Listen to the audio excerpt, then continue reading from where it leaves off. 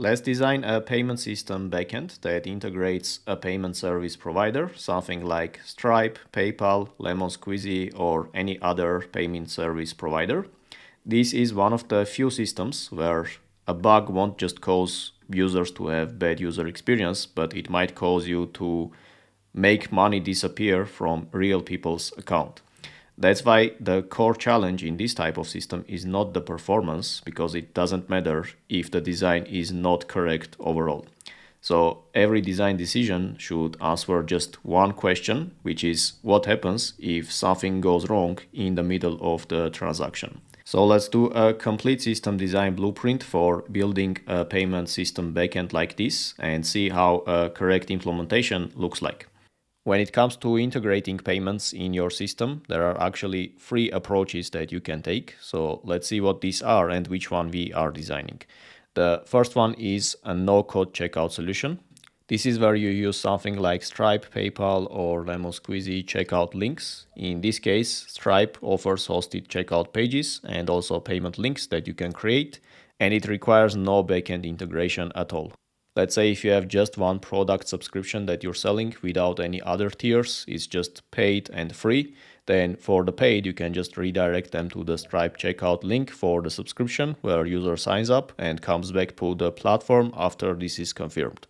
The pros of this is that you can go live in hours or even minutes by just creating the checkout link for the subscription and adding it into your front end to just redirect users to this page whenever they click on upgrade. And Stripe handles everything starting from the UI of that page to selecting the payment method all the way to confirmation of the payment. The downsides, of course, you have no custom checkout experience. They should go to the Stripes page to complete the checkout. And this is the least customizable, which means you may hit limits very fast if you add a second tier and now users need to upgrade, downgrade between the tiers, or if it's an e-com store, then you cannot just use Stripe payment links because based on what's in the basket, you may have different amount to process. The other approach is to build your own payment processor. This means connecting directly to the card networks like Visa, MasterCard, and acquiring banking licenses so that you can also handle the compliance. The upside is, of course, you will have the lowest fees possible because you own the payment processor. And this makes sense if you have massive scale and you're processing a lot of payments. You can think of Amazon, for example, here. They process a lot of payments every month, every minute. So, of course, even if this reduces the fees by 0.1%, it's still worth it for them because they deal with massive amounts of payments. And the other pro is that you have full control over everything here. The downside is the cost to get there because you will need years of licensing and legal work to have your own payment processor. And this will also require massive upfront cost and complexity to build your own payment processor and then integrate it into your payment system. That's why there is another option that exists in the middle, and that's actually the most popular among companies because not everyone works or operates at Amazon's scale. They just want to have some payment processor inside the system to process the payments. And that option is to integrate a payment service provider, something like Stripe, PayPal, Lemon Squeezy, or any other provider that you choose based on the region, the fees, and other factors. In this case, the payment service provider handles the entire payment processing chain on your behalf, including card network integrations, banking relationships, fraud detection, compliance, and also global payment method support. The pros of that is that you don't have to go through licensing or banking setup, you just integrate it and connect to the provider. You can also easily process the payments globally by just integrating this into your system. The downsides here are mainly referring to the transaction fees. You have to pay at least 2.9% for every transaction plus 30 cents per transaction. That's in case of Stripe. If it's global, it's a bit higher. And if it's something else like Coop Card or other providers, then they charge you even more than that. And the backend still needs careful design, which means it's nowhere similar to the first option where you just create the payment link and redirect them to the payment. Majority of companies from startups to mid-level to even enterprises, they use this option in the middle where they integrate a PSP, and that's why we will cover this situation where we are integrating something like Stripe and creating the payment system backend for this system. So now that that part is clear, let's move on to the functional and non-functional requirements, and let's start from the functional ones. First of all, customers must be able to make one-time payments and save the payment methods for reuse. All the merchants or the platform must be able to accept payments with also split payment option. This third point might be optional depending on the type of platform. If it's, let's say, an e-com platform where you're selling products, then there is no subscription there. They just purchase whenever they come back to the platform. And if it's a software, then it's very likely that you will need to have subscriptions. So you need to be able to also support subscriptions and billing, including the trials and smart retries. The other critical part to this is refunds if they are part of the product. And here you need to provide both full and partial refunds, and it must flow through a dedicated refund state machine.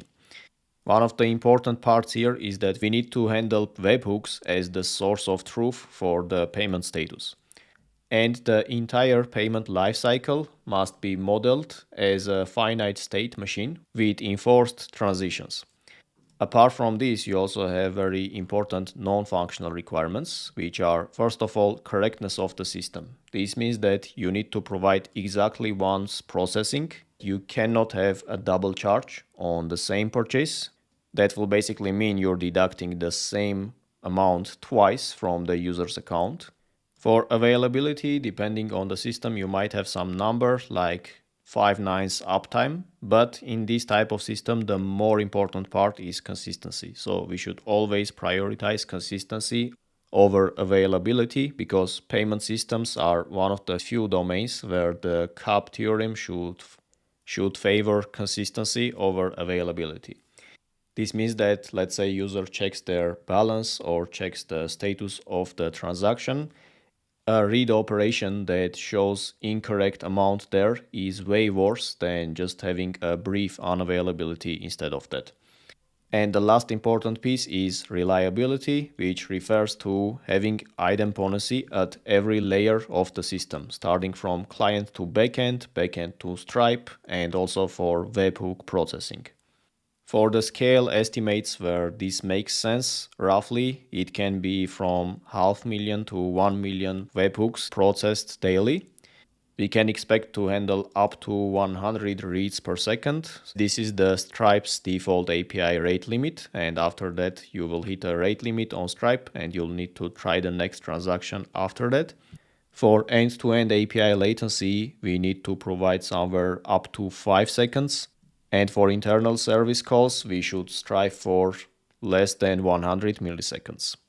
If it's anywhere beyond these numbers, then usually it makes sense to go with your own payment processor. That's when you hit the scale of these large companies. But for anyone from startups to even large enterprises, these numbers are when it makes sense to go with Stripe or some other PSP. Let's first of all understand how money actually moves through the card network. Usually there are 6 entities that participate in every card transaction.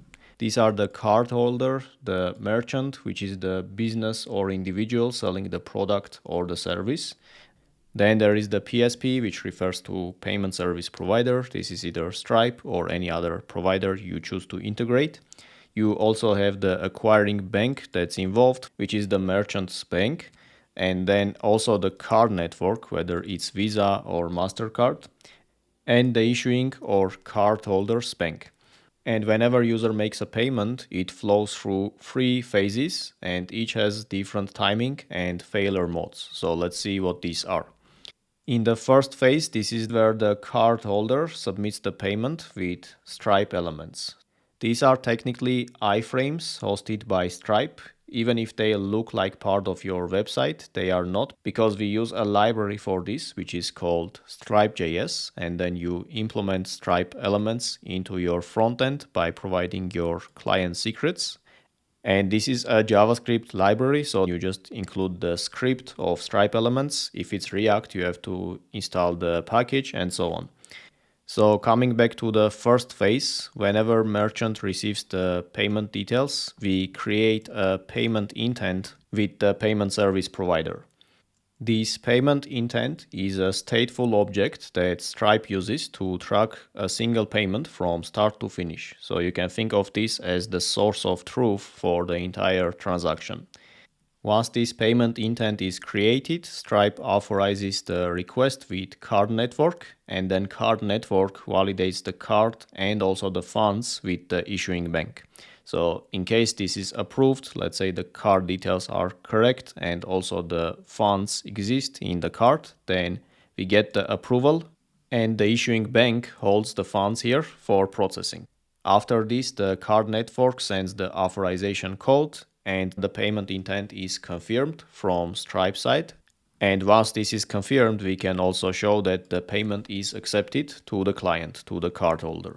This can also be declined. In this case, either the card details are incorrect or there are not enough funds in the bank. So we get the decline code and we get that the payment intent failed. And that's what we show to the customer. So assuming the payment is confirmed, this is where we move to the phase 2, which is capturing. This is where the merchant tells the acquiring bank to finalize the authorized amount. This can be either immediate or delayed. In case it's digital goods or subscriptions, then the capture can happen immediately. Stripe's default is to auto capture, and if you want to change this, then you need to change it in the settings in the code. Let's say it's physical products like you're ordering from Amazon, or it's hotels like you're booking some hotel in booking.com. In this case, the capture is delayed right until the fulfillment time. So in that scenario, we will just capture on fulfillment. In both cases, at some point, the capture is confirmed. The important part here is that our system should have two states for this. One should be authorized and the other one should be captured. So if we don't capture it immediately, then we first set it to authorized and then we set it to captured whenever the payment is processed. And then there is the third phase, which is clearing and the settlement. At the end of each business day, captured transactions are batched and sent to the card network for clearing. This is where the network will also calculate the fees, and that's when the transfer of the funds will happen from the bank. And once that's confirmed, the card network also transfers minus the assessment fees that they take. And Stripe also takes their fee and send you a confirmation that the payment is captured at this point.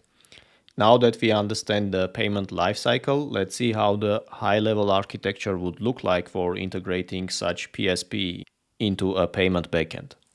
We will have two blocks, let's say, of this design. One of them will be the synchronous path and the other one the asynchronous, because if you process the payment and especially if you capture it later, then you don't need to delay the UI for the user. We have the front-end app. This is where we also integrate that Stripe elements library, either the JavaScript library or you install it into a framework like Angular or in a library like React or whatever you're using for the front-end. The very first step is, of course, the payment needs to be requested from the front-end to the backend. This is where we have a payment API service to process this. This will receive the payment requests from the checkout and also validate the input. First important point is that we need to check the idempotency keys here from client to backend. We check this against the database and create or retry the payment record, and after that we return an immediate response to the client. This is where we will have the Stripe integration layer and we will create the payment intent for this transaction. And we will return the client secret to the frontend, which uses Stripe.js to complete the payment, including any 3D secure challenges. So at this layer, we just create the payment record, dispatch the work, and return to be available for processing any other payments. On the next step, this is where the heavy lifting is done by the payment service provider. So if we have, let's say, Stripe as an integration, then we make an API call to Stripe API. This layer abstracts all Stripe-specific API calls behind an interface, and it handles Stripe's error types, maps them to internal error codes, attaches idempotency keys to every post request, and manages the timeouts. So Stripe at this point will handle all that complexity of contacting the card network and also contacting the bank. But that doesn't mean that our job is done here, because once the payment is confirmed, Stripe will send us a webhook event. This is where we need to also have our async path handling, where first of all we need to have the webhook receiver. This is where we listen for the webhook coming from the Stripe. We need to do three important things here. First of all, we need to verify the Stripe's signature using the Stripe signature header.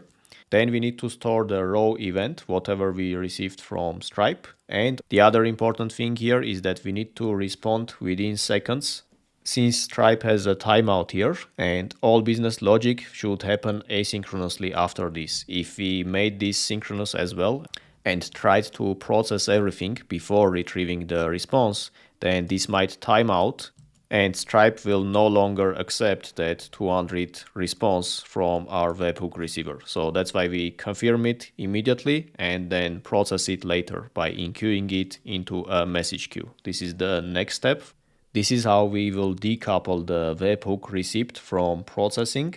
And we need to use a queue that guarantees at least once delivery. Something like Kafka that supports the transactional outbox pattern. So when a payment state change is committed to the database, an outbox record is written in the same transaction. Then we relay to the queue by separating the process.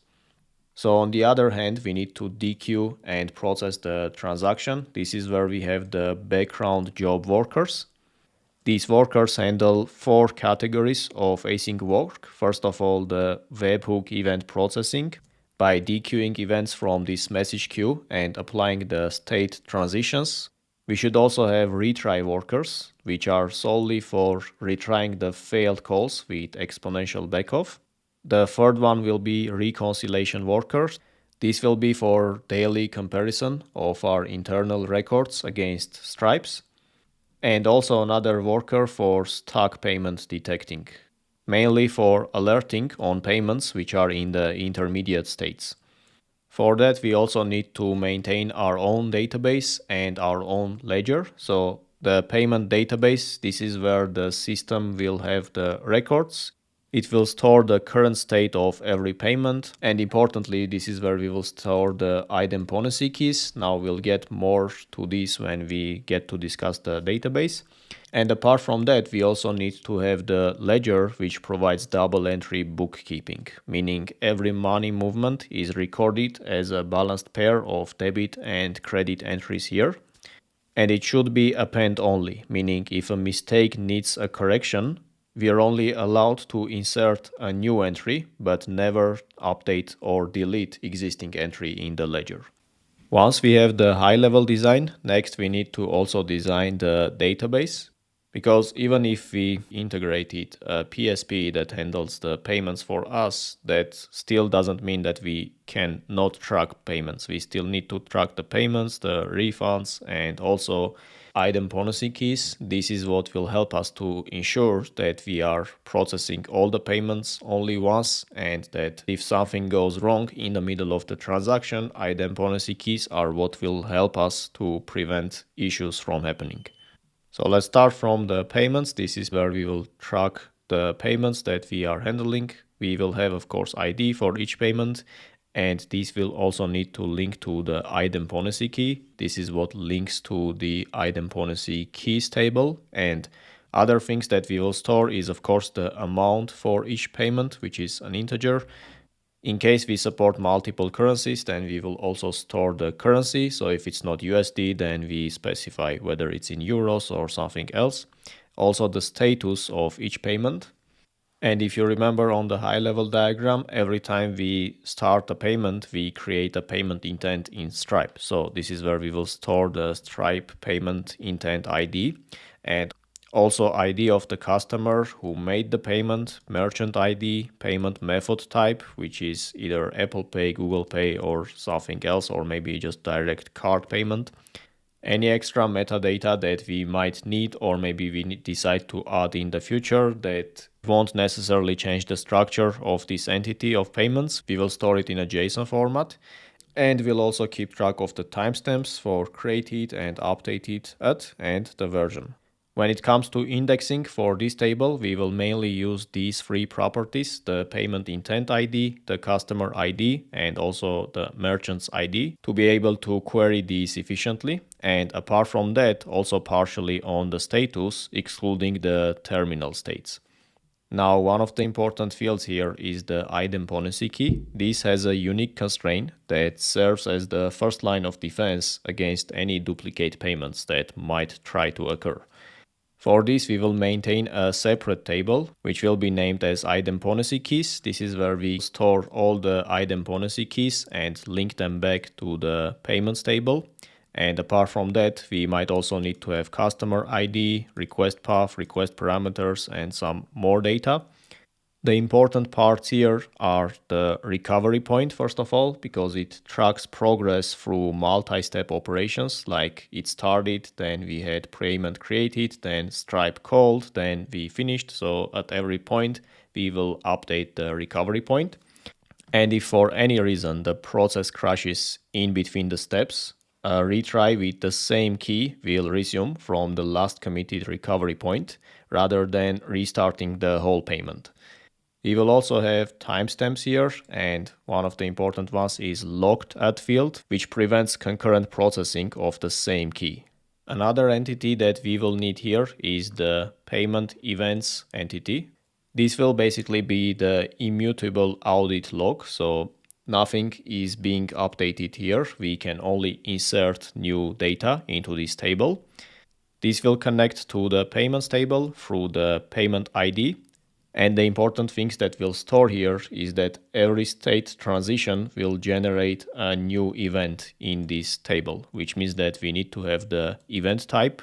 The source field here distinguishes whether the transition was triggered by an API call, a webhook, or the reconciliation process. If you remember the worker we had on the high-level design, that's what will update these payment events. We will keep track of the previous status of this payment and also the new status. Since we cannot update any rows here directly, we will insert what was the previous status before updating this and what's the new status after inserting this. And since we need to handle also the refunds, we need to have a refunds entity that will again link by the payment ID to the payment table so that we know which payment is refunded in this row. For the refund to be processed, you will again contact the payment service provider. And in our case, if it's Stripe, then it will generate the refund ID as well for us to keep track of this refund. Another thing is that refunds will have their own idempotency keys and also their own status lifecycle. This is separate from the payments. So if the payment is completed, here we are only tracking the status of the refund, not the overall payment. And we also need to have ledger entries here that again links back to the payment table by payment ID. These entries follow double entry bookkeeping, meaning every money movement creates debit card pair grouped by the transaction ID here with a constraint that debits and credits must balance. Now let's see how the idempotency works, because this is one of the core focuses or one of the important parts of this type of system. Let's see how this works. The implementation of idempotency key should operate at all three layers here. At the API layer, the client generates this UUID idempotency key and sends it with the payment request. Then inside of the server, we have begin transaction, attempt to insert this idempotency key into the idempotency keys table that we saw in the above diagram. This is where we will check if the key exists, because maybe we already have this idempotency key created. If yes, then we will also check the recovery point here. If it is finished, then we return the cached response. And if the key exists but the recovery point is incomplete, then we just resume from that point. And in case the key is new, meaning this is a new payment intent that we created, we proceed with processing the payment flow as you saw on the high-level design. And on the completion, we update recovery point to finished and store the response. And after that, we commit the transaction. For the recovery points, we will have either started or payment created or Stripe called or finished. Finished is the last state, so if crash happens at any point before this step, then the retry resumes from that last recovery point. Let's say we crashed in the middle of payment created, then we will resume from this flow to here and continue with Stripe called and then to finished. This idempotency key is also used at the Stripe layer. So the same key is forwarded to Stripe when we create the payment intent through the idempotency key HTTP header. Then what Stripe does with this is they store this within 24 hours or up to 30 days, and they use this to then send you the webhook at the end. So also at the last third layer, which is the webhook layer, Stripe may deliver same event multiple times. And for that part, we can have some table called, let's say, processed webhooks events, and we can store each event's ID in this table. We do this so that before processing, the handler can check if the event ID exists, and if it does, then this event is skipped. And one of the hardest edge cases that we might encounter here is if crash happens in between creating the idempotency record and completing the Stripe call. We can solve this by using atomic phases pattern so that we break down the operation into phases separated by foreign state mutations. With this approach, each of the phases can commit its progress to the idempotency key's recovery point, and that's why we have the recovery point in the idempotency keys table here. Because with each phase, we can commit its progress to the idempotency key's recovery point. And if the process crashes for whatever reason in the middle, let's say this crashes at this step of Stripe called, then before recording Stripe's response, the retry starts from that point. And since Stripe itself supports idempotency keys, then retrying the Stripe call now is safe. And it will return the original result if the call is completed, or it will process if it didn't. One of the requirements was also to ensure exactly once processing. So let's see one of the options on how we can achieve this, which is by optimistic locking and compare and swap on status. So first part, which is the optimistic locking, we will every time use the version column, and we will also check where the version is equal to whatever version we expect to see here. And if another process updates this first, then this means that 0 rows will be affected as part of this update. And the caller here, whoever is trying to update this by query, will know that it lost the race. And other than that, we will also use compare and swap on status, which will combine concurrency control with state machine validation in single operation. Here we can atomically verify 3 things. First of all, if the payment exists. Next, if it's the correct source state for this transition, and that no concurrent update has occurred. So if rows affected is 0, then the transition is rejected. And in the payment lifecycle, we can have the valid transitions from each state to other states. And this is just an example, assuming we have these states in the payment lifecycle. So it can be created. This is when the payment is created for the first time. Then it will be into pending mode, then authorized, then captured, then settled. At this point, the payment is processed, but in case we need to also process a refund, then we'll have refund pending. We will have partially refunded, then other states as well, like disputed.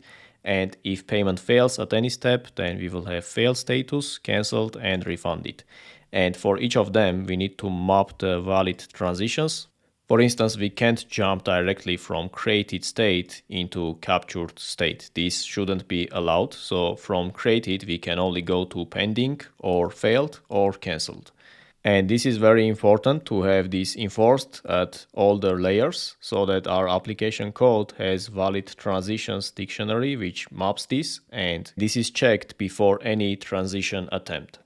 And let's also cover the availability non-functional requirements. Let's say we promised to provide 5 nines of availability, assuming there is roughly 5 minutes of allowable downtime per year if you have 5 nines of availability.